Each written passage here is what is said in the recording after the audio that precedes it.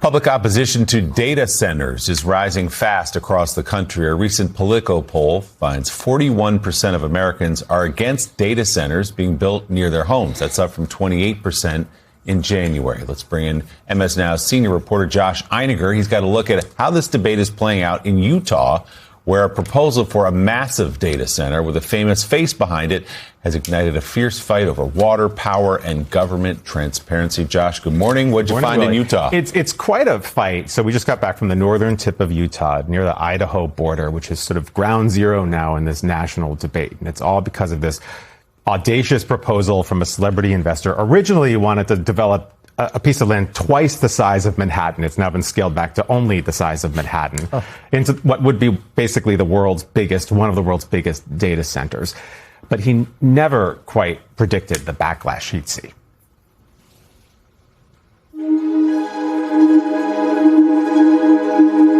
At the northernmost edge of Utah, miles from anywhere, sits a vast no man's land. An unspoiled expanse in Box Elder County, which could soon be the site of one of the biggest data centers on the planet. It's ignited outrage across Utah, the community concerned about their already scarce resources and furious about a lack of transparency in government. It's not real information, and we sit here like it's okay. Some career politicians have already been toppled, and all before a single piece of dirt has been moved. So we're going to go straight west, and then we'll veer southwest. We wanted to understand the debate over the proposal in Utah's Hansel Valley, so we met up with Dr. Robert Davies. A physicist and a professor at Utah State University, he's emerged as one of the leading critics of something called Project Stratos. As proposed, this particular project would utterly transform this entire landscape. The original proposal, approved with no public comment by a little-known state agency in May, would develop 3 chunks of land totaling 40,000 acres at the northern tip of the Great Salt Lake. That's the size of more than 2 Manhattans. After public outrage, project developers cut the plan in half, but Davies says the scope, up to 9 gigawatts, is still impossible even to fathom. And that's going to use 9 billion watts of power. That's the energy consumption rate of 40,000 Walmart supercenters. We could be talking about 10 or 12 degrees of Fahrenheit temperature change across this whole area within this valley. So that's drying out a landscape that's already pretty dry. Apple Maps thinks I'm standing in the Great Salt Lake. Clearly, I am not. The Great Salt Lake is in crisis. It's lost nearly 3/4 of its volume in just the past several decades. And that's what has people so concerned about this data center proposal, because any impact it has on the surrounding watershed could simply accelerate the collapse of a vital ecosystem. The truth is, people just don't know what the environmental impact will be, with very little information presented to the public, despite its famous and outspoken frontman. You're in the Shark Tank. We care if you can make money. Investor Kevin O'Leary, best known from the reality show Shark Tank, is the data center's developer. He's vigorously defended the proposal on social media, and his team has released these renderings of modern buildings across the land. But still, We actually have very few details because his organization has provided very few details. So we asked. And O'Leary agreed to sit down with us to clear up what he calls misinformation. We really screwed this up. We have not communicated what we do. I have no interest in causing an environmental disaster on my legacy. That's never going to happen. But when it comes to those burning questions, how the site will generate power, how much heat it'll give off, or water it'll use, he says he just doesn't know the answers. His engineers still figuring it all out.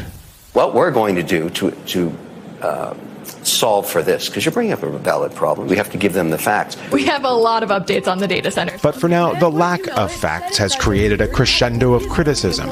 and controversy. Hi, hello, it's me, Gabby Finlayson. Gabby Finlayson and Jackie Morgan run Elevate Strategies, which works to elect Democrats in this deep red state. This has massive implications both for our water, our air, our temperature. They started posting videos critical of the lack of transparency with Stratos. Not long after, O'Leary went on Fox Business and attacked.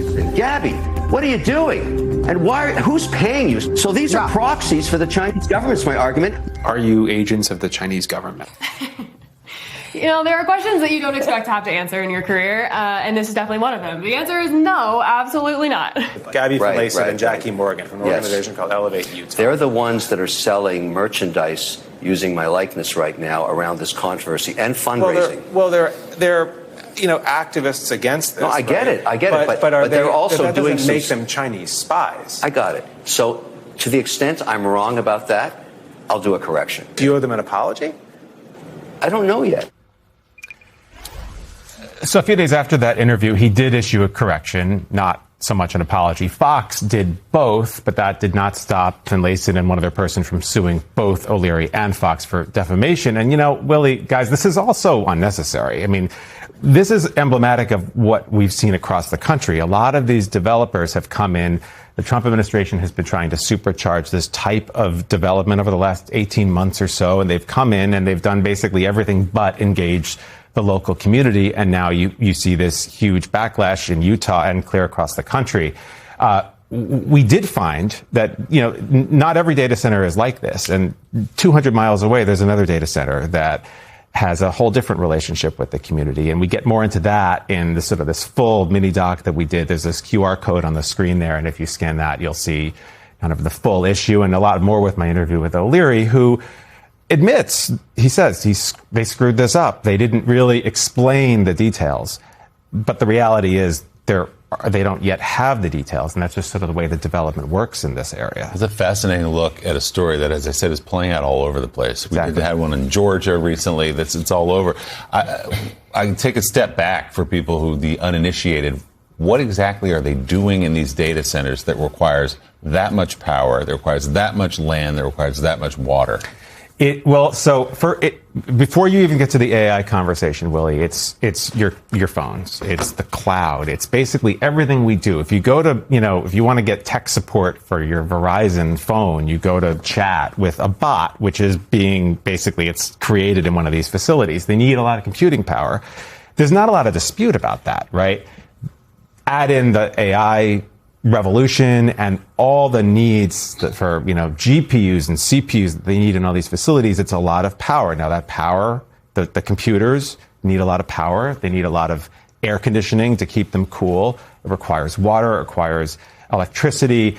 And largely the developers of these facilities have solved for a lot of these things. They've come up with better ways to do it.